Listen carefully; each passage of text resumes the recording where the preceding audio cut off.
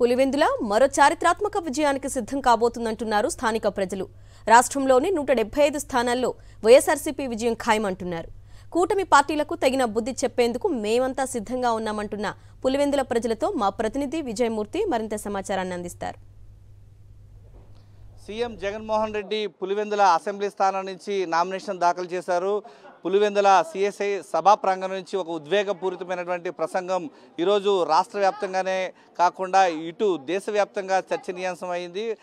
పులివెందుల నియోజకవర్గానికి గడిచిన 5 ఏళ్లుగా చేసినటువంటి అభివృద్ధితో పాటు రాబోయే 5 ఏళ్లలో చేయబోయేటువంటి అభివృద్ధి కార్యక్రమాలన్నీ కూడా సీఎం జగన్మోహన్ రెడ్డి స్పష్టంగా ప్రజలకు వివరించడం జరిగారు. ఇదే అంశానికి సంబంధించి పులివెందుల ప్రజలు ఏమనుకుంటున్నారు వారి మాటల్లో తెలుసుకునే ప్రయత్నం చేద్దాం. ఈరోజు కుటుంబాన్ని చీల్చేటువంటి కుట్ర కోణం, ఈరోజు కుటుంబాల మధ్యనే వివాదాలు తలపెట్టి ఈరోజు చోద్యం చూస్తూ ఉన్నారు, కూటమిగా వస్తున్నారు. ఏ విధంగా చూడాలంటారు ఈ చిల్లర రాజకీయాలు?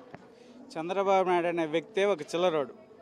అతను డేట్ ఆఫ్ బర్త్ చూసుకున్నా, అట్లా మేనరిజం చూసుకున్నా, అతని పథకాలు మోసపూరితం 420 వ్యక్తి చంద్రబాబు నాయుడు. అలాంటి వ్యక్తి ఎన్ని కూటములు కానీ ఎన్ని కుటుంబంలో విడదీసినా కానీ ప్రజలు వైఎస్ జగన్మోహన్ రెడ్డి పైన అవినాష్ అన్న పైన అభిమానం ఇంకా పెరగడమే కానీ తగ్గదు. పులివెందుల నుంచి ఆంధ్రప్రదేశ్ మొత్తం ఎలక్షన్ క్యాంపెయిన్కి వెళ్తాడు. మేము పులివెందుల ప్రజల్లాగా సార్ని గెలిపించి అత్యంత మెజార్టీతో అవినాష్ అని సార్ని గెలిపించడానికి మేమంతా సిద్ధం.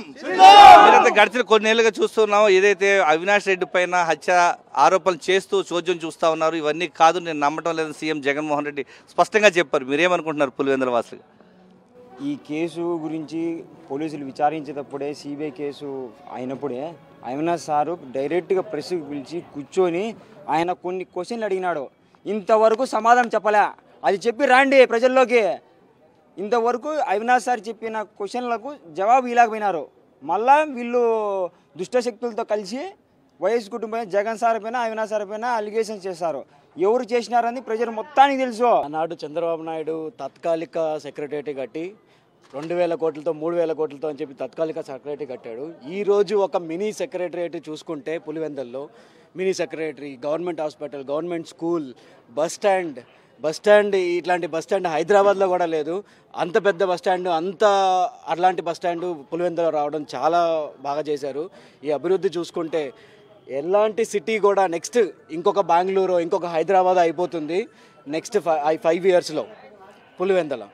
ఈరోజు రాష్ట్ర వ్యాప్తంగా ప్రజలంతా కూడా ఒకటే గ్రహించాలి. దుష్ట శక్తులంతా ఏకమై కుటుంబంలోనే చిచ్చులు పెడుతున్నటువంటి వీరి యొక్క చీకటి ఆలోచనలకు చెక్ పెట్టాలి. వైఎస్ జగన్మోహన్ రెడ్డి వెంట మీరంతా నడవాలని చెప్పి ఆయన కోరుతున్నారు. కెమెరామెన్ శ్రీకాంత్తో విజయమూర్తి, సాక్షి టీవీ, పులివెందుల నుంచి.